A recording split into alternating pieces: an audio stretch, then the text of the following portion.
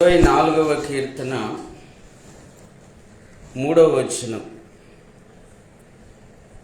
యెహోవా పర్వతమునకు ఎక్కదగిన వాడెవడు? ఆయన పరిశుద్ధ స్థలంలో నిలవదగిన వాడెవడు? వ్యర్థమైన దానియందు మనస్సు పెట్టకయు, కపటముగా ప్రమాణము చేయకయు, నిర్దోషమైన చేతులను శుద్ధమైన హృదయము కలిగి ఉండువాడే. వాడు యెహోవా వలన ఆశీర్వాదము నందును. ప్రభునందు ప్రియమైన సహోదరి సహోదరులారా, దేవుని యొక్క వాక్యమును కొద్ది నిమిషాలు మనం ధ్యానం చేద్దాం. ఇక్కడ రాయబడినటువంటి మాట మరొకసారి చదువుతూ ఉన్నాను, శ్రద్ధగా ఆలకించండి. యెహోవా పర్వతమునకు ఎక్కదగిన వాడెవడు? యెహోవా పర్వతమునకు ఎక్కదగిన వాడెవడు?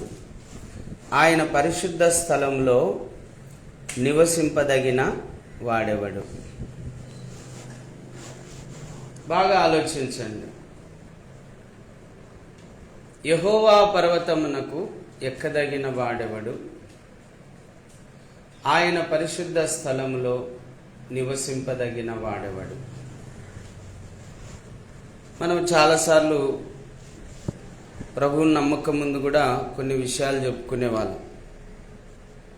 ఎంతో పరిశుద్ధంగా ఉంటేనే, ఎంతో నీతిమంతులైతేనే, ఎంతో మంచోళ్ళు అయితేనే ఆ దేవుని దగ్గరికి చేరేది, ఆ దేవునితో కూడా ఉండేది అని, ఆ స్వర్గప్రాప్తిని పొందేది అని మనం చాలాసార్లు చెప్పుకునేవాళ్ళం. ఇక్కడ కూడా కీర్తనాకారుడు దావీదు చెప్తూ ఉన్నాడు పరిశుద్ధాత్మ ద్వారా, యెహోవా పర్వతమునకు ఎక్కదగిన వాడెవడు? ఆయన పరిశుద్ధ స్థలములో నివసింపదగిన వాడెవడు? దేవుని సన్నిధిలో నివసింపదగిన వాడెవడు? బాగా ఆలోచించండి. నేను యేసు ప్రభును కొత్తగా నమ్మినటువంటి దినాల్లో నిజంగా నేను పరలోక రాజ్యం చేరగలనా? అంత పరిశుద్ధంగా నేను ఉండగలనా? అంత నీతిగా నేను బ్రతకగలనా? నేను బలహీనుడనే, నేను ఎంతో బలహీనుణ్ణి. నా బలహీనతలను బట్టి నేను ఆ పరలోక రాజ్యంలో ప్రవేశించగలనా? దేవునితో కూడా యుగాయుగాలు జీవించగలనా? ఆ పరిశుద్ధుడైన దేవుని సన్నిధి నేను చేరగలనా? ఆయనతో కూడా నేను ఉండగలనా? ఆయన ముఖదర్శనం నేను చేయగలనా? ఆయన సన్నిధిలో నేను నివసింపదగునా అని ఆలోచిస్తూ పడుకున్నానండి. రాత్రి పడుకున్నప్పుడు ఒక దర్శనం వచ్చింది. ఏమిటి ఆ దర్శనం అంటే, భూమి మీద నుండి పరలోకం వరకు ఒక మిచ్చెన ఉందండి. చాలా ఎత్తైనటువంటి మిచ్చెన. మన మిచ్చెన ఎట్లా ఉంటుందో అట్లా ఉంది. ఆ మిచ్చెన పట్టుకొని ఎక్కుతూ ఉన్నాను. బాగా మధ్యకు వెళ్ళిపోయాను. ఆకాశంలో మధ్యలో ఉన్నాను. ఒక్కసారి మళ్ళా వెనక్కి చూశాను, కిందికి చూస్తే కొంచెం భయం అనిపించి అక్కడి నుంచి జారి మళ్ళా కిందికి వచ్చేసాను. అంటే ఒక పావుల భాగం మళ్ళా కిందికి వచ్చేసాను, సగంలో నుండి వచ్చి మళ్ళా అయ్యో నేను దిగిపోతున్నానని చెప్పి మళ్ళా పట్టుకొని ఎక్కిపోతూ ఉన్నాను. ఎక్కిపోతూ పోతూ ఒక 3/4 భాగం ఎక్కిపోయాను. పరలోకానికి ఇంకా పావుల భాగం ఉంది ఎక్కడానికి. 3/4 భాగం ఎక్కిపోయాను కానీ మళ్ళా అక్కడి నుంచి పడి మధ్యలోకి వచ్చేసాను. మళ్ళా అక్కడి నుంచి మళ్ళా పట్టుకొని మెట్లు ఎక్కుతూనే ఉన్నాను. అలా ఎక్కుతూ పరలోకం చేరుకున్నాను. హల్లెలూయా. అంటే పరలోకం చేరడం అనేది చాలా కష్టమైనటువంటి పని అని బాగా అర్థమవుతుందండి. చాలా కష్టం. అన్ని మెట్లు ఎక్కాలనా అని భయం అవుతుంది. అంత పెద్ద మిచ్చెన ఎక్కాలనా అని భయం అవుతుంది. పరలోకపు యాత్ర ఎన్నో కష్టాలతో, ఎన్నో ఇబ్బందులతో, ఎన్నో శోధనలతో కూడినదండి. ఈ ఆత్మీయ యాత్ర ఒక పోరాటం. పరలోకపు యాత్ర ఒక పోరాటం. ఆ పోరాటమును గురించే దావీదు చెప్తూ ఉన్నాడండి. యెహోవా పర్వతమునకు ఎక్కదగిన వాడెవడు?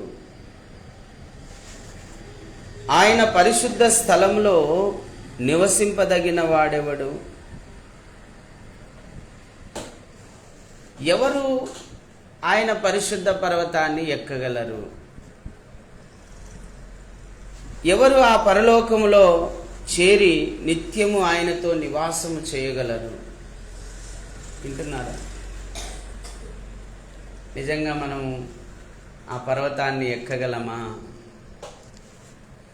ఆ పరిశుద్ధ స్థలము చేరగలమా? ప్రభుతో కూడా నివసింపగలమా?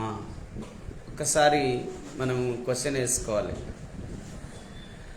ఆ పరిశుద్ధ పర్వతమును ఎక్కగలమా? ఆ పరిశుద్ధ స్థలాన్ని చేరగలమా? ఆ ప్రభుతో కలిసి నివసించగలమా?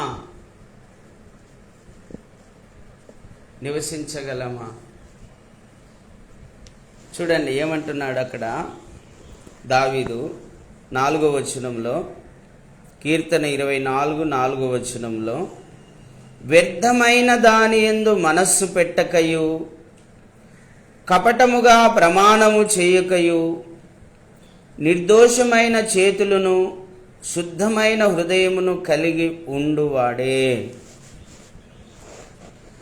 ఎవరు ప్రవేశిస్తారంట? వ్యర్థమైన దాని యందు మనస్సు పెట్టకూడదంట. వ్యర్థమైన దాని యందు మనస్సు పెట్టకూడదు. ఎవరైతే వ్యర్థమైన దాని యందు మనస్సు పెడతారో వాళ్ళు పరలోక రాజ్యంలో ప్రవేశింపలేరు. ఆ పరిశుద్ధ పర్వతాన్ని వాళ్ళు ఎక్కలేరు. ఆ పరిశుద్ధుడైన ప్రభువు ఉండేటువంటి స్థలంలో ప్రవేశింపలేరు. ఆయనతో కలిసి నివసింపలేరు. కానీ ఈరోజు మానవులందరూ కూడా, ప్రజలందరూ కూడా దేని మీద మనసు పెడుతున్నారంటే వ్యర్థమైన వాటి మీదనే మనసు పెడుతూ ఉన్నారు. తాత్కాలికమైన వాటి మీదనే మనసు పెడుతున్నారు. క్షణిక మాత్రపు సుఖాల మీదనే మనసు పెడుతూ ఉన్నారు. లయమైపోయేటువంటి వాటి మీదనే మనసు పెడుతున్నారండి. వాక్యంలో ఏం రాయబడింది? ఈ భూమి ఆకాశములు మహావేంద్రముతో లయమైపోతాయని పేతురు చెప్తున్నాడు. అపోస్తలుడైన పేతురు చెప్తూ ఉన్నాడు. వెండి బంగారాలు కాకులు కూడా ముట్టవు. ఈ ప్రపంచమంతా కూడా చాపవలే చుట్టబడబోతుంది. ఇవి ఏవి కనిపిస్తున్నవన్నీ కూడా ఏవి కూడా కనిపించకుండా పోతాయని దేవుని యొక్క వాక్యం సెలవిస్తుందండి. కానీ మరి దేని మీద మనం మనస్సు ఉంచుతున్నాం? దేని మీద మనం మనస్సు ఉంచుతున్నాం? వ్యర్థమైన వాటి మీదనే మనసు ఉంచుతున్నాం. దేవుని మీద కానీ, దేవుని రాజ్యం మీద కానీ, దేవుని వాక్యం మీద కానీ, ప్రార్థన మీద కానీ, ప్రభు సన్నిధి మీద కానీ, ప్రభు యొక్క మందిరం మీద కానీ, ప్రభు యొక్క సన్నిధిని గురించి కానీ మనకు చింత లేదు. దాని గురించి మనకు ఆలోచన చేయడంలా, మనసు పెట్టడంలా. ఎంతసేపున్న తాత్కాలికమైనటువంటి అశాశ్వతమైనటువంటి వాటి కొరకే మన మనస్సంతా కూడా పెడుతూ ఉన్నాము. వ్యర్థమైన వాటి మీద, వెండి బంగారాల మీద, పొలాల మీద, పనుల మీద, డబ్బు మీద, ఆహారం మీద, వ్యర్థమైన వాటి మీద, అశాశ్వతమైన వాటి మీద, పనికిరాని వాటి మీద, ఇప్పుడు కనబడి అంతలోనే మాయమైపోయేటువంటి వాటి మీద, క్షణిక మాత్రమైన వాటి మీద మన మనస్సు నిలుపుతూ ఉన్నాము. అలా నిలపడం ద్వారా దేవుని రాజ్యానికి మనం వారసులము కాలేమండి. యెషయా గ్రంథము 26:3 రాయబడిందండి, ఎవని మనస్సు నీ మీద ఆనుకొని ఉండునో వానిని నువ్వు పూర్ణ శాంతి గలవానిగా కాపాడుదు అని రాయబడింది. ఎవరి మీద ఆనుకోవాలంటమ్మా? మన మనస్సు ప్రభువు మీద ఆనుకో. మన మనస్సు ప్రభువు మీద ఉందనుకోండి, మనం ప్రశాంతంగా ఉంటాం. మన మనస్సు ప్రభువు మీద ఆనుకొని ఉందనుకోండి, మన మనస్సు ప్రభు మీద ఆనుకొని ఉందనుకోండి, మనలను దేవుడు ఏం చేస్తాడంట? పూర్ణ శాంతి గలవానిగా కాపాడతాడంట. పూర్ణ శాంతి, పూర్ణ శాంతి. అవును, ఎటువంటి దిగులు లేకుండా, ఎటువంటి చింత లేకుండా, ఎటువంటి సమస్య లేకుండా, అసలు ఇంకా దేని గురించి కూడా చింత లేకుండా నెమ్మదిగా ఉండగలిగేటువంటి ఆ కృప ప్రభు ఇస్తాడంట. ఎప్పుడు? మన మనస్సు ప్రభువు మీద ఆనుకున్నప్పుడు. మన మనస్సు వ్యర్థమైన వాటి మీద ఉన్నంత కాలం మనకు నెమ్మది ఉండదు. మన మనస్సు త్రాగుడు మీదనో, లేకపోతే వ్యభిచారం మీదనో, లేకపోతే వెండి బంగారాల మీదనో, లేకపోతే ఆస్తిపాస్తుల మీదనో మన మనస్సు పెట్టినంత కాలము మనకు నెమ్మది ఉండదు. దానిల కోసం మనం పాకులాడుతూ శ్రమనే, బాధనే, ఇబ్బందిని, దుఃఖమునే తెచ్చుకుంటాం, కానీ సంతోషాన్ని, సమాధానాన్ని తెచ్చుకోలేము. అయితే ఎవని మనస్సు అయితే దేవుని మీద ఆనుకొని ఉంటుందో వాడు పూర్ణ శాంతి గలవానిగా ఉంటారండి. శుక్రవారం ఉదయకాల సమయంలో నయోమి అంటుంది, నీకు అసలు ఏమే కానీ దిగులు లేదు, చింత లేదు అంటుంది నన్ను ఉదయాన్నే. అంటే నేను అన్నాను, నేను ప్రభువు మీద ఆనుకున్నాను, ప్రభువు మీద ఆధారపడి ఉన్నాను, నా మనస్సంతా ప్రభు మీద పెట్టాను, ప్రతిదీ ఆయనకే చెప్పుకుంటాను, ప్రతిరోజు ఆయనను స్తుతిస్తాను, ఆరాధిస్తాను. నేను కూర్చున్నా, నడుస్తున్నా, పడుకున్నా ఆయననే స్తుతిస్తూ ఉంటాను, ఆరాధిస్తూ ఉంటాను, ప్రార్థిస్తూ ఉంటాను. ఇంకా నా గురించి నాకెందుకు ఆలోచన? నా గురించి దేవుడు ఆలోచిస్తాడు. హల్లెలూయా. ప్రభు అంటాడు కదా, మీ చింత యావత్తు నా మీద వేయండి, మీ చింత యావత్తు నా మీద వేయండి. ఒకసారి ఆ మాట చదువుకుందాం. ఫిలిప్పీలకు రాసినటువంటి పత్రిక, అపోస్తులైన పౌలు ఫిలిప్పీలకు రాసినటువంటి పత్రిక 4వ అధ్యాయము 4వ వచనం నుంచి చదువుతాను, వినండి. ఎల్లప్పుడూ ప్రభువునందు ఆనందించుడి, మరలా చెప్పుదును, ప్రభువునందు ఆనందించుడి. మీ సహనము సకల జనులకు తెలియబడనీయుడి. ప్రభు సమీపముగా ఉన్నాడు. దేనిని గూర్చి చింతపడకుడి గాని ప్రతి విషయములోనూ ప్రార్థన విజ్ఞాపనముల చేత కృతజ్ఞతాపూర్వకంగా మీ విన్నపములు దేవునికి తెలియజేయుడి. అప్పుడు సమస్త జ్ఞానమునకు మించిన దేవుని సమాధానము యేసుక్రీస్తు వలన మీ హృదయమునకును మీ తలంపులకును కావలి ఉండును. హల్లెలూయా. మీరు ప్రభువులో ఆనందించండి. ఎక్కడ ఆనందం లేదండి ప్రభువులో తప్ప. మీరు కావాలంటే సెర్చ్ చేసుకోండి, ఎక్కడ పోయినా ఆనందం లేదు ప్రభువులో తప్ప. దేంట్లో కూడా ఆనందం లేదు, ఒక్క ప్రభువులో తప్ప. ప్రభువులోనే ఆనందం ఉంది. పౌలు చెప్తున్నాడు ఫిలిప్పి సంఘముతో, అదిగో ప్రభువులో ఆనందించండి, ప్రభునందు ఆనందించండి. ఇదిగో మరలా చెప్తున్నాను, ప్రభునందు ఆనందించండి.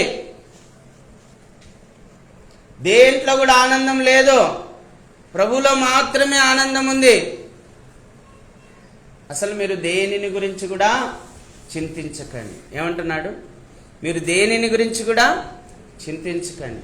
మీరు చేయాల్సింది ఏంటంటే ప్రార్థన, విజ్ఞాపన, కృతజ్ఞతాపూర్వకంగా మీ విన్నపాలు దేవునికి తెలియజేయడం. మీరు చేయాల్సిన పని ప్రార్థన, మీరు చేయాల్సినటువంటి పని కృతజ్ఞతాస్తుతులు చెల్లించడం, మీరు చేయాల్సినటువంటి పని మీ విన్నపాలు దేవునికి తెలియజేయడం. మీరు చేయాల్సిన పని అదొకటేనండి. ఎప్పుడు ప్రార్థన చేస్తూ ఉండడం, ఎప్పుడు ప్రభువుకు స్తోత్రాలు చెప్తూ ఉండడం, ఎప్పుడు ప్రభువుకు స్తుతి చెల్లించడం, ఎప్పుడు ప్రభువుకు కృతజ్ఞతాపూర్వకంగా మీ విన్నపాలు అంటే మీ మనవులు, అదే మీకు ఏదైతే భారం అనిపిస్తుందో, ఏదైతే కష్టం అనిపిస్తుందో, ఏదైతే ఇబ్బంది అనిపిస్తుందో దాన్ని దేవునికి తెలియజేయాలి. ఎవరికి తెలియజేయాలి? దేవుని. మనుషులకు చెప్పుకుంటే ఏం ప్రయోజనం లేదు, వాళ్ళు ఆర్చలేరు, తీర్చలేరు. రాజులను నమ్ముట కంటే యెహోవాను ఆశ్రయించుట మేలు. రాజులను నమ్ముట కంటే, నరులను నమ్ముట కంటే యెహోవాను ఆశ్రయించుట మేలు. దేవుణ్ణి ఆశ్రయించి మన విన్నపాలు దేవునికి గనక తెలియజేస్తే తప్పకుండా దేవుడు మన మనవులు ఆలకించి మనకు సహాయం చేస్తాడు. హల్లెలూయా. రాయబడింది కదా, అడుగుడి మీకు ఇవ్వబడింది, నా నామమున మీరు నన్ను ఏమడిగినను నేను చేస్తాను.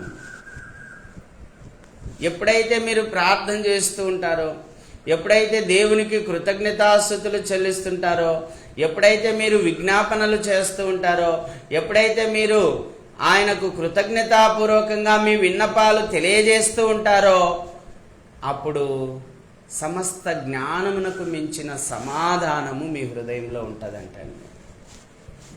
సమస్త జ్ఞానమునకు మించిన సమాధానం, మించిన సమాధానం. ఎందుకు దిగులు లేకుండా ఉన్నాను? ఆ జ్ఞానము నాకు అనుగ్రహించబడింది. ఎందుకు నెమ్మదిగా ఉన్నాను? ఆ జ్ఞానము అనుగ్రహించబడింది. ఏమిటి ఆ జ్ఞానము? ఈ లోకంలో ఉన్న జ్ఞానములన్నిటికంటే గొప్ప జ్ఞానము ప్రభు ద్వారా మనకు అనుగ్రహించబడింది.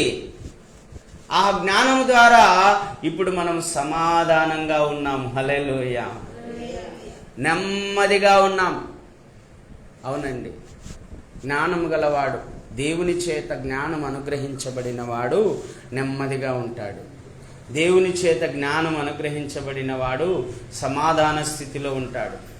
దేవుని చేత జ్ఞానం అనుగ్రహించబడిన వాని హృదయము, ఆ హృదయ తలంపులు అన్నీ కూడా ఎలా ఉంటాయంటే అసలు నెమ్మదిగా ఉంటాయి. హృదయ తలంపులు అక్కడ రాయబడిన చూడండి, యేసుక్రీస్తు వలన మీ హృదయములను మీ తలంపులకును కావలి ఉండును. దేవుని సమాధానం అనేది వచ్చినప్పుడు ఇంకా దిగులు, చింత, గలిబిలి, టెన్షన్, ఆందోళన ఉండదండి. దేవుని సమాధానం వచ్చినప్పుడు దేవుడు నా సమస్యను పరిష్కరించినాడు, నేను ఆయనకు మొరపెట్టాను, ఆయన నాకు ఉత్తరం ఇచ్చాడు, ఆయన సన్నిధిలో నేను ప్రార్థించాను, ఆయన నాకు జవాబిచ్చాడు అని ఒక నెమ్మది కలుగుతుంది, ఒక సమాధానం కలుగుతుంది, ఒక శాంతి కలుగుతుందండి. అప్పుడు ఇంకా గలిబిలి ఆలోచనలు ఉండవు, టెన్షన్ ఉండదు. అబ్బో ఏమవుతుందో, అమ్మో రేపెట్లో ఎల్లుండెట్లో అనే టెన్షన్స్ ఉండవు, ఇంకా ఆలోచన ఉండదు. దేవుడే చూసుకుంటాడు. ఆకాశ పక్షులను పోషిస్తున్న దేవుడు నన్ను కూడా పోషిస్తాడు. అడవి జంతువులను పోషిస్తున్న దేవుడు నన్ను కూడా పోషిస్తాడు. వాటికంటే శ్రేష్టమైన నన్ను ఎంత మాత్రము కూడా విడిచిపెట్టడు. అవునండి అమ్మా, ఎవని మనస్సు అయితే దేవుని మీద ఆనుకొని ఉంటుందో వాడు పూర్ణ శాంతి గల వారిగా ఉంటారు. అందుకే మీ మనస్సు ఎప్పుడు దేవుని మీద పెట్టండి. ఎప్పుడు స్తోత్రాలు చెప్తూ ఉండండి, ఎప్పుడు ప్రార్థన చేస్తూ ఉండండి, కృతజ్ఞతాపూర్వకంగా మీ విన్నపాలు దేవునికి తెలియజేస్తుండండి. ఆ దేవుని మీదనే ఆనుకొనండి, దేవుని మీదనే ఆధారపడండి, ఆ ప్రభువులోనే ఆనందించండి. అందుకే ప్రభు అంటున్నాడు, వ్యర్థమైన వాటి యందు మనస్సు పెట్టొద్దు. రెండవది, కపటముగా ప్రమాణము చేయకయు. ప్రమాణాలు చేయకూడదంట. కపటముగా ప్రమాణాలు చేయకూడదు. నేను ఇది ఇస్తా, నీకు అది ఇస్తా, నీకు ఇది చేస్తా, అది చేస్తా అని హృదయంలో ఒకటి పెట్టుకొని బయటికి నోట్లో నుంచి ఒకటి మాట్లాడకూడదంట. వ్యర్థమైన వాటి మీద మనస్సు పెట్టువాడు పరలోక రాజ్యంలో ప్రవేశింపలేడు. ఆ పరిశుద్ధ పర్వతమునకు ఎక్కలేడు, ఆ పరిశుద్ధుని నివాసములో ఉండలేడు. వ్యర్థమైన వాటి యందు మనస్సు పెట్టకయు, కపటముగా ప్రమాణము చేయకూడదు. కపటం అంటే హృదయంలో ఒకటి, బయటకు నోటితో ఒక మాట మాట్లాడడం. ఈ కపటం ఉండకూడదండి. కపటముగా ప్రమాణము చేయకయు, ప్రమాణాలు కూడా చేయకూడదు. ప్రభు చెప్పాడు కదా, మీ మాట అవునంటే అవును, కాదంటే కాదని ఉండవలెను. వాటికి మించున్నది అపవాది సంబంధమైనది. ప్రమాణాలు చేయకూడదంట. మీరు దేనిని మీద కూడా ప్రమాణం చేయకూడదు. ఇదిగో ఆకాశం తోడని చెప్పవద్దు, అది దేవుని సింహాసనం. భూమి తోడని చెప్పవద్దు. వినాలమ్మా, ఇక్కడ చూడండి, భూమి తోడని చెప్పవద్దు, అది దేవుని యొక్క పాదపీఠం. దేవుని యొక్క సింహాసనం తోడని చెప్పకూడదు. ఆకాశం తోడని చెప్పకూడదు, భూమి తోడని చెప్పకూడదని ప్రమాణాలే చేయకూడదు. కపటముగా అసలు ప్రమాణం చేయకూడదు. అట్టివారు దేవుని రాజ్యంలో ప్రవేశింపలేరు. చూడండి, నిర్దోషమైన చేతులను శుద్ధమైన హృదయము కలిగి ఉండువాడే. ఏం కలిగి ఉండాలంట? నిర్దోషమైన చేతులు కలిగి ఉండాలంట. అంటే ఈ చేతులతో ఎటువంటి పాపము చేసి ఉండవు. దావీదు అన్నాడు, దేవా నీ మందిరాన్ని నేను కడతానంటే ప్రభు అన్నాడు, నీ చేతులు రక్తముతో తడిసి ఉన్నాయి, నీ చేతులు పాపముతో తడిసి ఉన్నాయి, కాబట్టి నువ్వు కట్టడం వద్దు. సొలొమోను నాకు మందిరము కడతాడు. హల్లెలూయా. అంటే నిర్దోషమైన చేతులు కలవారిని దేవుడు ఇష్టపడతాడు. శుద్ధమైన హృదయము కలిగిన వారిని దేవుడు ఇష్టపడతాడండి. హృదయ శుద్ధి గలవారు ధన్యులు, వారు దేవుని చూచెదరు అని రాయబడిందండి. యేసు ప్రభు చెప్పాడు. హృదయం శుద్ధిగా ఉండాలి. హృదయము కల్మషముతో ఉండకూడదు, హృదయము అసూయతో ఉండకూడదు, హృదయము ద్వేషముతో ఉండకూడదు, హృదయము కక్షలతో ఉండకూడదు, హృదయము విభేదములతో ఉండకూడదు, హృదయములో కపటం ఉండకూడదు. శుద్ధ హృదయము ఎవరికైతే ఉంటుందో, శుద్ధ హృదయము ఎవరికైతే ఉంటుందో వారు దేవుణ్ణి చూస్తారు, దేవుని రాజ్యములో వాళ్ళు ప్రవేశిస్తారు. నిర్దోషమైన చేతులు ఎవరైతే కలిగి ఉంటారో వారు దేవుని రాజ్యంలో ప్రవేశించి యుగాయుగాలు దేవునితో కూడా ఉంటారండి. హల్లెలూయా. అందుకే దావీదు అంటున్నాడు చూడండి, యెహోవా పర్వతమునకు ఎక్కదగిన వాడెవడు? ఆయన పరిశుద్ధ స్థలములో నిలవదగిన వాడెవడు? వ్యర్థమైన దాని యందు మనస్సు పెట్టకయు, కపటముగా ప్రమాణము చేయకయు, నిర్దోషమైన చేతులను శుద్ధమైన హృదయమును కలిగి ఉండువాడే వాడు యెహోవా వలన ఆశీర్వాదమునందును. హల్లెలూయా. దేవుని ఆశీర్వాదం పొందాలి అంటే అమ్మా ఇవి కలిగి ఉండాలి. మనం దేవుని రాజ్యములో ప్రవేశించి దేవుని యొక్క ముఖదర్శనం చేస్తూ దేవుని యొక్క ముఖకాంతిలో నుంచి వచ్చే వెలుగులో యుగాయుగాలు మనం జీవించాలి అంటే ఈ యొక్క క్వాలిటీస్, ఈ గుణలక్షణాలు మనం కలిగి ఉండాలి. శుద్ధ హృదయం కలిగి ఉండాలి. కపట ప్రమాణాలు చేయకూడదు. మన మనస్సు ఎప్పుడు దేవుని మీదనే ఆనుకొని ఉండాలి. కొంతమంది ఇక్కడ కూర్చో ఉంటారు, కానీ మనసు ఏమో ఎక్కడో ఉంటుంది. అలాంటి పరిస్థితులు మనకు ఎన్నో ఉన్నాయండి మన జీవితంలో. నేను అవన్నీ కూడా అనుభవించాను కాబట్టి చెప్తూ ఉన్నాను. మనం ఇక్కడ ఉంటాం, కానీ మనసు ఏమో ఎక్కడో ఉంటుంది. దేని మీదనో ఆశ, దేని మీదనో కోరిక.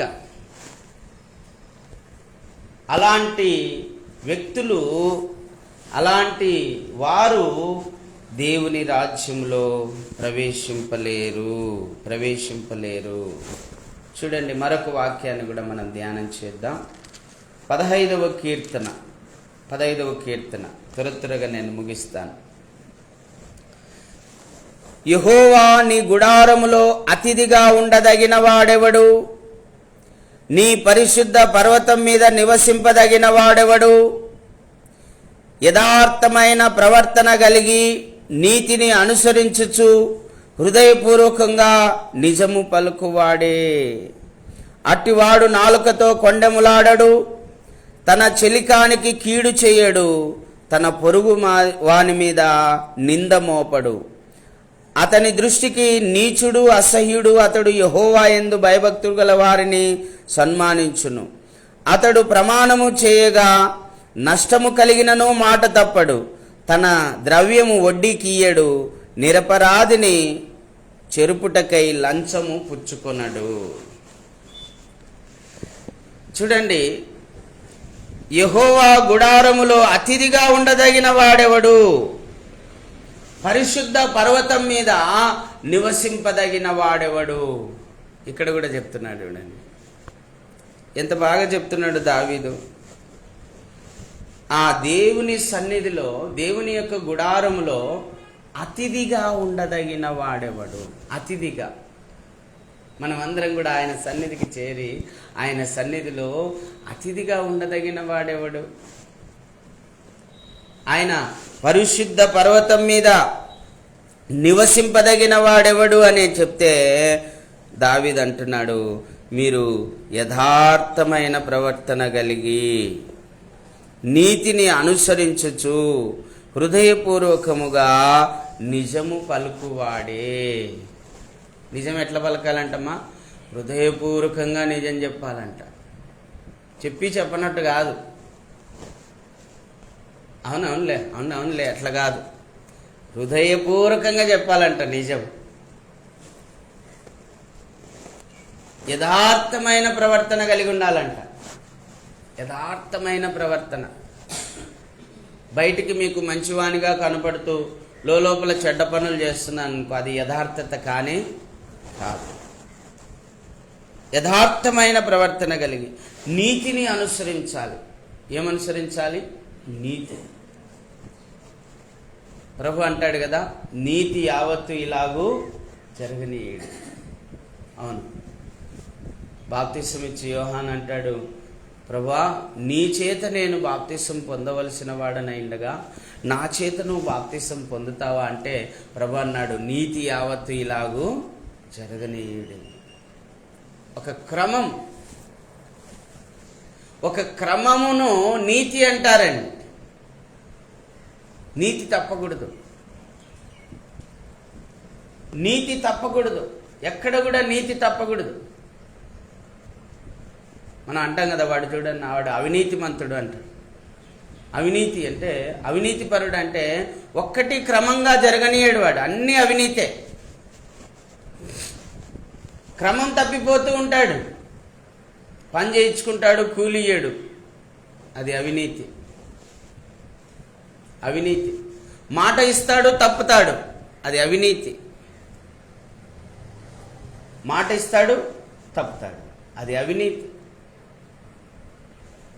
వాక్యంలో రాయబడిన నీతిని అనుసరించాలి, నీతి సూర్యుని అనుసరించాలి, నీతిమంతుడైన ప్రభువును మనం అనుసరించాలి. ప్రభువులాగా మనం కూడా ప్రేమ కలిగి, దయాగుణం కలిగి, క్షమాగుణం కలిగి, మంచితనం కలిగి, విశ్వాసం కలిగి జీవించాలి. ప్రభువులాగా పరిశుద్ధంగా జీవించాలి, ప్రభువులాగా నీతిని అనుసరించాలి, ప్రభువులాగా యథార్థంగా ఉండాలి, ప్రభువులాగా సమధర్మమును పాటించాలి. తన మన భేదం లేకుండా అందరినీ ప్రేమించే వారిగా ఉండాలి. అవునండి, నీతి అంటే అదేనండి. నీతి అంటే మన ఇంటిలోకి ఒక నీతి, బయటలో ఒక నీతి పెడుతుంటాం మనం. అట్లా కాదు, ఇంటిలోకైనా ఒకటే నీతి, బయటలోకైనా ఒకటే నీతి ఉండాలి. మన కులపోడు అయితే ఒక నీతి, మన కులపోడు కాకపోతే ఒక నీతి చేస్తుంటాం మనం. అలా కాదు,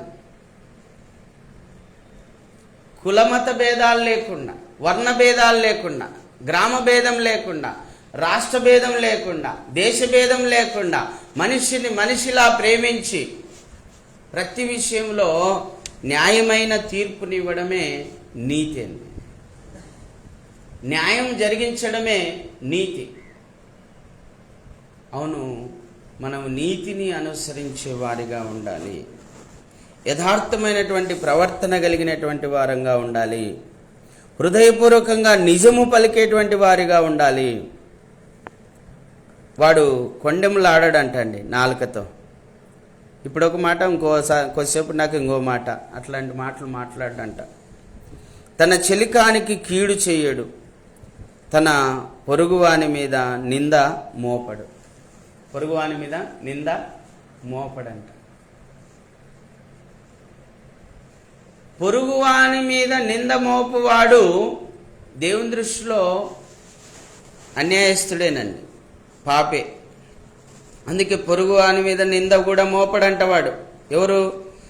నీతిమంతుడు. తన ద్రవ్యమును వడ్డీకి ఇయ్యడంట. తన ద్రవ్యాన్ని వడ్డీకి ఇయ్యడంట అండి. అమ్మ, వడ్డీకి ఇయ్యడంట.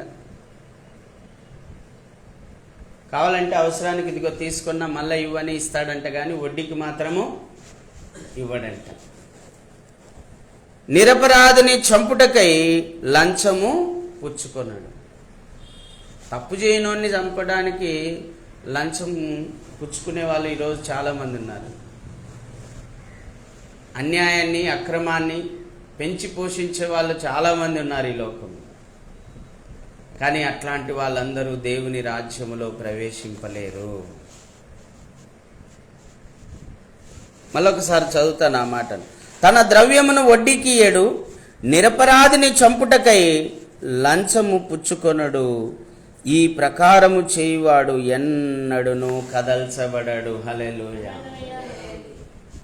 మీ జీవితంలో మీరు ఎన్నడూ కదల్చబడకుండా ఉండాలి అంటే ఎవ్వరూ మీ జోలికి రాకూడదు, ఎవ్వరు మిమ్మల్ని ఏమి చేసుకోలేకూడదు అంటే గిన మీరు యథార్థ ప్రవర్తన కలిగి ఉండాలి, నీతిని అనుసరించాలి, హృదయపూర్వకంగా నిజాన్ని పలకాలి,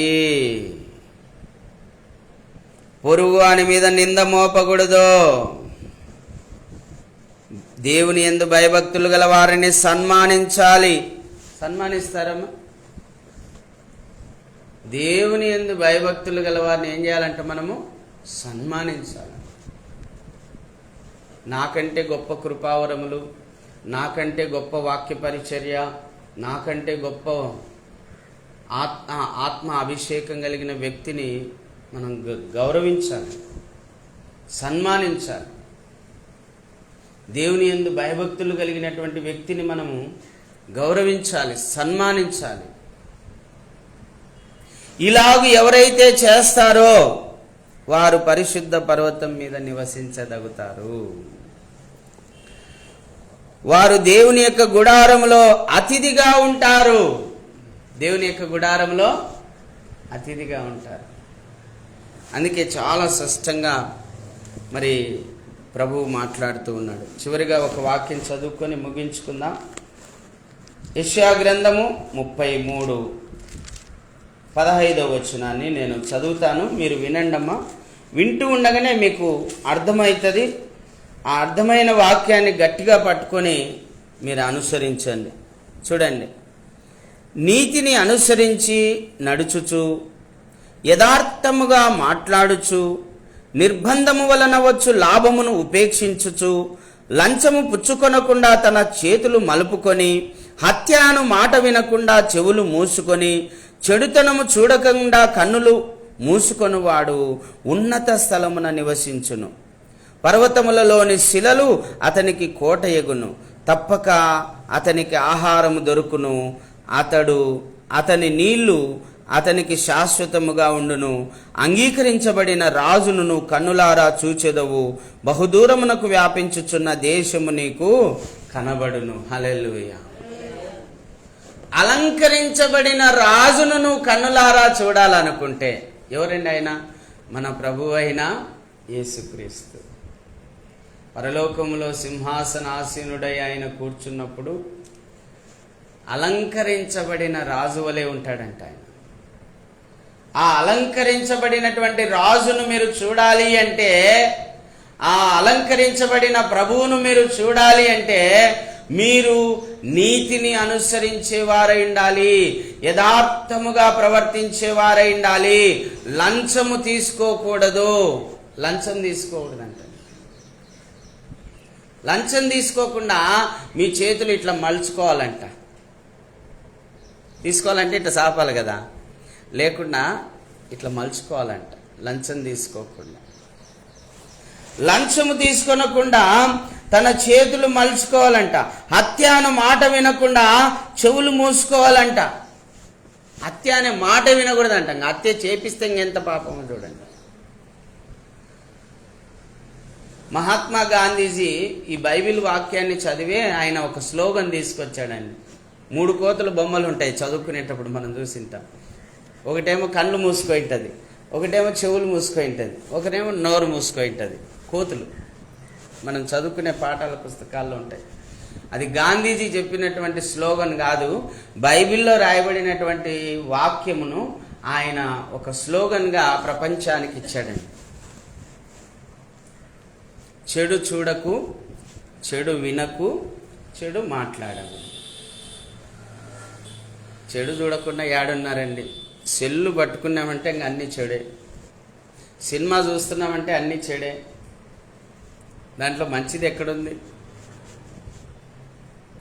ఒక సినిమా చూస్తున్నామంటే దాంట్లో ఎన్నో చెడు కార్యక్రమాలు ఉంటాయి. హత్య అనే మాట వినకూడదంట. మనం హత్యను చూస్తున్నాం సినిమాల్లో. కొంతమంది వాక్యంలో రాయబడిందండి, ప్రభు చెప్తున్నాడు, నీ సహోదరుని చూసి ద్రోహి అని చెప్తే చాలంట, వాడు నరహత్య చేసినట్టంట, చంపినట్టేనంట. ఇంకా నీ సహోదరిని కానీ నీ సహోదరుని కానీ చూసి నువ్వు ద్రోహి, వ్యర్థురాలా, వ్యర్థుడా అన్నావనుకో, నువ్వు నరహత్య చేసినట్టేనంట. ఇంకా చూడండి మనం ఎంత కరెక్ట్గా ఉండాలనో ఆలోచించండి. చెడు చూడకూడదంట, చెడు వినకూడదంట, చెడు మాట్లాడకూడదంట, చెడు చేయకూడదు, కీడు చేయకూడదు.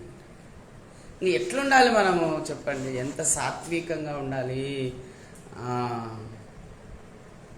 అందుకే నేను చాలా వరకు అవసరమైతేనే బయటికి వెళ్తానండి, లేకపోతే ఇంట్లోనే ఉంటాను.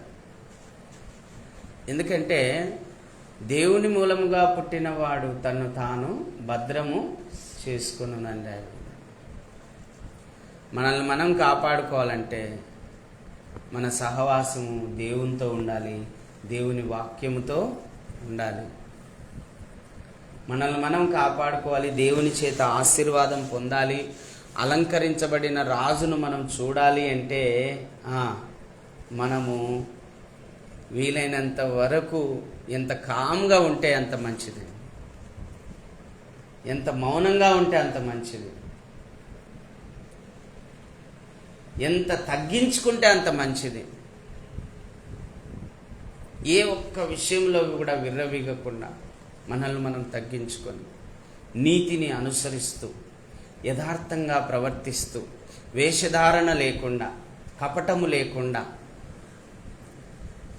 లంచము తీసుకోకుండా, చెడు చేయకుండా, చెడు వినకుండా, చెడు మాట్లాడకుండా, చెడు చూడకుండా, చెడు చేయకుండా, కీడు చేయకుండా ఎప్పుడైతే నువ్వు అలా జీవిస్తావో, అమ్మా చూడండి ఒక మాట అక్కడ రాయబడింది, పర్వతములలోని శిలలు అతనికి కోటయగును. పై వచనంలో ఉంది, ఉన్నత స్థలములను నీవు నివసించేదవు. హల్లెలూయా. ఎక్కడ నివసిస్తావంట? ఉన్నత స్థలములలో నివసిస్తావంట. నీ చుట్టూ ఆ పర్వతంలో ఉండేటువంటి ఆ రాళ్ళు వచ్చి చుట్టూ బేర్చుకుంటాయంట. నీ చుట్టూ కోటగోడలాగా బేర్చుకుంటాయంట. ఎవరు వచ్చి నిన్ను కదిలిస్తారు? ఎవ్వరు కదిలించలేరు. మనం కూడా అంటాం కదా, ఊరుకున్నవాడిని ఊరల్లా కలిసినా ఏమీ చేయలేదు. ఊరుకోవడం అంటే ఏంది? ఏ పాపము చేయకుండా ఉండడం. ఊరుకోవడం అంటే ఏంది? వ్యర్థమైన మాటలు పలకకుండా ఉండడం. ఊరుకోవడం అంటే ఏంది? వ్యర్థమైన వాటి మీద మనసు పెట్టకుండా ఉండడం. ఊరుకోవడం అంటే ఏంది?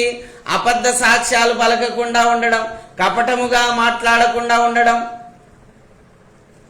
హృదయమును శుద్ధిగా ఉంచుకోవడం.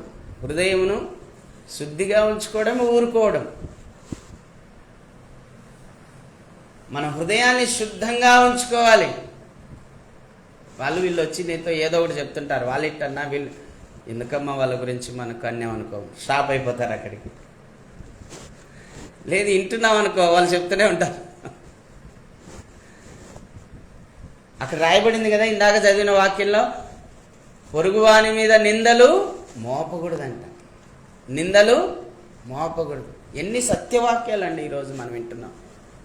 ఇవి అర్థం చేసుకొని ఎవరైతే కామ్ అయిపోతారో, ఎవరి జోలు పోకుండా, ఎవరిని ఏం పట్టించుకోకుండా, ఎవరి గురించి నిందలేయకుండా, కపట ప్రమాణాలు చేయకుండా, అబద్ధాలు ఆడకుండా, దొంగిలించకుండా, వ్యభిచరించకుండా, అబద్ధ సాక్ష్యాలు పలకకుండా, తల్లిదండ్రులను సన్మానిస్తూ, యథార్థంగా జీవిస్తూ, నీతిని అనుసరిస్తూ, లంచం తీసుకోకుండా, చెడు చూడకుండా, చెడు వినకుండా, చెడు మాట్లాడకుండా, కీడు చేయకుండా ఎప్పుడైతే మీరు జీవిస్తారో మీరు ఉన్నత స్థలములలో ఉంటారో. పర్వతములలోని శిలలు మీకు కోటగోడగా మీ చుట్టూ అమర్చబడతాయి. తప్పక అతనికి ఆహారము దొరుకును. ఆహారం దొరుకుతుందా? దొరకదా? వానికి ఇంకా ఏడున్నే దొరుకుతుంది. వాడు అరణ్యంలో ఉన్న దొరుకుతుంది, నడి సముద్రంలో ఉన్న వానికి ఆహారము దొరుకుతుంది. అతనికి నీళ్లు అతనికి శాశ్వతంగా ఉంటాయి. అతని నీళ్లు అతనికి శాశ్వతంగా ఉంటాయంట. చూడండి, అలంకరించబడిన రాజును నువ్వు కన్నులారా చూచెదవు, బహుదూరమునకు వ్యాపించుచున్న దేశము నీకు కనబడును. అంటే నీ సరిహద్దులు విస్తరిస్తాయి, నీ ఆస్తిపాస్తులు విస్తరిస్తాయి, నీ పేరు ప్రఖ్యాత విస్తరిస్తుంది. హల్లెలూయా. ఫలానా వ్యక్తి అంటే ఆయన గురించి తెలియని వాడేవాడు అంటారు. ఈరోజు పౌలు గురించి, దావీదుని గురించి, అపోస్తలుల గురించి మనం మాట్లాడుకోగలుగుతున్నామంటే వాళ్ళు ఇటువంటి గొప్ప వాళ్ళు గనుకనే వాళ్ళ పేర్లు ఈరోజు మనం తలుచుకోగలుగుతున్నాం. వాళ్ళ పేర్లు బైబిల్ పరిశుద్ధ గ్రంథములో రాయబడి కొన్ని వేల సంవత్సరాలైనా కూడా వాళ్ళ పేర్లు ఈరోజు మనం ఉచ్చరించగలుగుతున్నాం. అవునండి. అందుకే నీతిని అనుసరించే వారిగా ఉండండి, యథార్థంగా ప్రవర్తించే వారిగా ఉండండి. కపటపు మాటలు మాట్లాడకండి, కపట ప్రమాణాలు చేయకండి, లంచం తీసుకోకండి, ఇతరుల మీద నిందలు మోపకండి.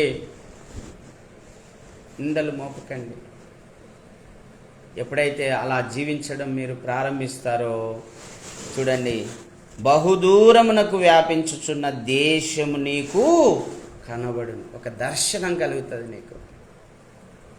ఏమిటి ఆ దర్శనం అంటే, నువ్వు అంచెలంచెలుగా ఎదగడం, నీ పేరు ప్రఖ్యాతలు విస్తరించడం, ఇవన్నీ జరుగుతాయి. మొదట కొద్దిగా ఉండిన తుదకు నువ్వు మహాభివృద్ధి పొందుతావు. అక్కడ కూడా ఒక మాట రాయబడింది, చదువుదాం మనం. యోబు గ్రంథంలో అదొక మాట చదివి ముగిస్తాను నేను. యోబు గ్రంథము 8వ అధ్యాయము 6వ వచనం నుంచి చదువుతాను. 5వ వచనం నుంచి, నువ్వు జాగ్రత్తగా దేవుని ఎదిగిన ఎడల, సర్వశక్తుడగు దేవుని బ్రతిమాలుకొనిన ఎడల, నువ్వు పవిత్రుడవై యథార్థవంతుడవైన ఎడల, నిశ్చయముగా ఆయన యందు నీ యందు శ్రద్ధ నిలిపి నిశ్చయముగా ఆయన నీ యందు శ్రద్ధ నిలిపి నీ నీతికి తగినట్టుగా నీ నివాస స్థలమును వర్ధిల్ల చేయును. అప్పుడు నీ స్థితి మొదట కొద్దిగా ఉండినను తుదకు నువ్వు మహాభివృద్ధి పొందుదు. మనము నిన్నటి వారమే, మనకి ఏమి తెలియదు. భూమి మీద మన దినములు నీడవలే ఉన్నవి. ప్రభునందు ప్రియులారా, చూడండి, నువ్వు మొదట కొద్దిగా ఉండినను తుదకు మహాభివృద్ధి పొందుతావు. దేవుడు నిన్ను వర్ధిల్ల చేస్తాడంట, దేవుడు నిన్ను ఆశీర్వదిస్తాడంట. అయితే నువ్వు చేయాల్సిన పని ఏంటంటే, నువ్వు పవిత్రంగా ఉండాలి, యథార్థంగా ఉండాలి. హల్లెలూయా. పవిత్రంగా ఉండాలి, యథార్థంగా ఉండాలి. దేవుని యొక్క వాక్యంలో ఒక మాట ఉందండి, యాకోబు రాసిన పత్రికలో 1వ అధ్యాయం 27వ వచనంలో ఏం రాబడిందంటే, నిజమైన భక్తి ఏదంట, తనకు మలినము అంటకుండా, ఇహలోక మాలిన్యం అంటకుండా తన్ను తాను భద్రము చేసుకుని వాడే నిజమైనటువంటి భక్తి పరుడు అని రాయబడింది. ఈ లోకంలో మలినం చాలా ఉంది.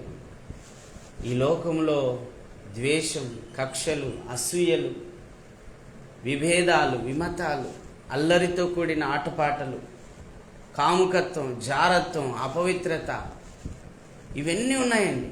వాటిని మనము అంటించుకోకూడదు. వాటిని మనం అంటించుకోకుండా ఎప్పుడైతే జీవిస్తామో అప్పుడు దేవుడు మనల్ని వర్ధిల్ల చేస్తాడు. తుదకు మనల్ని ఏం చేస్తాడంట, మహాభివృద్ధి మహాభివృద్ధి మనకు కలుగజేస్తాడట. దేవుడి మాటలు మన వెనుకల్లో దీవించునుగాక. ఆమేన్.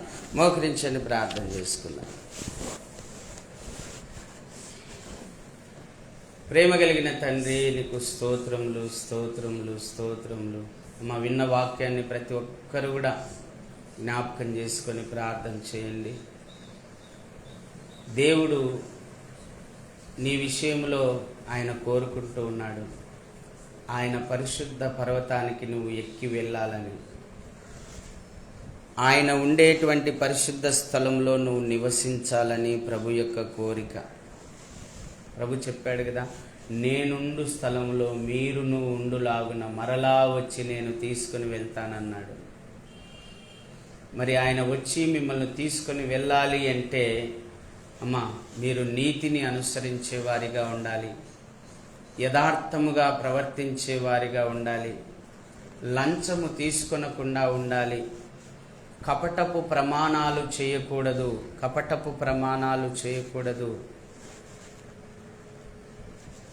వ్యర్థమైన వాటి మీద మీ మనస్సు ఉంచకూడదు, అబద్ధ సాక్ష్యాలు పలకకూడదు, ఇతరుల మీద నిందలు మోపకూడదు. దేవుడు చెప్తూ ఉన్నాడని. చెడు చూడకూడదు, చెడు వినకూడదు, చెడు మాట్లాడకూడదు, చెడు చేయకూడదు, కీడు చేయకూడదు. ప్రభు చెప్తున్నాడు. అమ్మా, ఈ మాటలన్నీ హృదయంలో భద్రపరుచుకొని మీరు మౌనంగా ఉండండి, ఊరికనే ఉండండి. దేవుని కృప కొరకు ఎదురు చూడండి, దేవుని సహాయం కొరకు ఎదురు చూడండి. అమ్మా, ఈ లోకంలో నువ్వు పోరాడి ఏమి ప్రయోజనం లేదు. నువ్వు దేవుని సన్నిధిలో యథార్థంగా నీతిని అనుసరిస్తూ ఆయన సన్నిధిలో మౌనంగా ఉంటే చాలు, ఊరికనే ఉంటే చాలు, ఊరికయే ఆయన సన్నిధిలో నిలిచి ఉంటే చాలు. ఆయన నీతిలో నిలిచి ఉంటే చాలు, ఆయన యథార్థతలో నిలిచి ఉంటే చాలు, ఆయన పరిశుద్ధతలో నిలిచి ఉంటే చాలు, ఆయన పవిత్రతలో నిలిచి ఉంటే చాలు. మొదట నువ్వు కొద్దిగా ఉండినను తుదకు నువ్వు మహాభివృద్ధి పొందుతావు, నువ్వు వర్ధిల్లుతావు, నీకు ఆహారం దొరుకుతుంది, నీ నీళ్లు నీకు ఇవ్వబడతాయి. బహుదూరమునకు వ్యాపించి ఉన్న దేశము నీకు కనపడుతుంది. ఒక దర్శనాన్ని నువ్వు కలిగి ఉంటావు. అలంకరించబడిన రాజును నువ్వు చూస్తావు. అమ్మా, దేవుడు ఈరోజు మనతో మాట్లాడి ఉన్నాడు. మనమందరం ఆయన పర్వతం ఎక్కాలని, మనమందరం ఆయన పరిశుద్ధ స్థలంలో నివసించాలని కోరుతూ ఉన్నాడు. అమ్మా, ఈ కొద్ది మంది అయినా చాలు, మనమే ఈ 6 మంది 7 మంది చాలు, దేవుని రాజ్యంలో ప్రవేశించడానికి అర్హులమైతే చాలు. చిన్న మంద భయపడకూడని చెప్పిన దేవుడు ఈ చిన్న మందను దేవుడు తన రాజ్యంలో చేర్చుకోబోతున్నాడు. ఇప్పుడే మారు మనసు పొందు, కపటమును తీసివేసుకో, అబద్ధమును తీసేసుకో, వేషధారణ తీసివేసుకో, యథార్థంగా ప్రవర్తించడానికి నేర్చుకో. ఈరోజు దేవుడు నీతో మాట్లాడి ఉన్నాడు, నాతో మాట్లాడి ఉన్నాడు. ప్రార్థన చేసుకున్నాం. ప్రేమ కలిగిన తండ్రి, ఈరోజు నువ్వు మాట్లాడిన ప్రతి మాటను బట్టి స్తోత్రాలు. ఆ మాటలన్నీ వాళ్ళ హృదయంలో నాటి నూరంతలుగా ఫలింపచేయమని ప్రార్థిస్తున్నాను. నీతిని అనుసరించే వారిగా చేయమని ప్రార్థిస్తున్నాను. యథార్థంగా ప్రవర్తించే బిడ్డలుగా చేయమని ప్రార్థిస్తున్నాను. లంచము తీసుకోకుండా ఉండే బిడ్డలుగా చేయమని ప్రార్థిస్తున్నాను. ప్రభా, ఇతరుల మీద నిందలు మోపకుండా ఉండే బిడ్డలుగా చేయమని ప్రార్థిస్తున్నాను. చెడు చూడకుండా, చెడు వినకుండా, చెడు మాట్లాడకుండా చేయమని ప్రార్థిస్తున్నాను. ఎవరికి కీడు చేయకుండా చేయమని ప్రార్థిస్తున్నాను. అయ్యా, నీతిమంతులుగా, పవిత్రులుగా, యథార్థవంతులుగా చేయమని ప్రార్థిస్తున్నాను. నీ రక్తంలో కడగండి నాయన.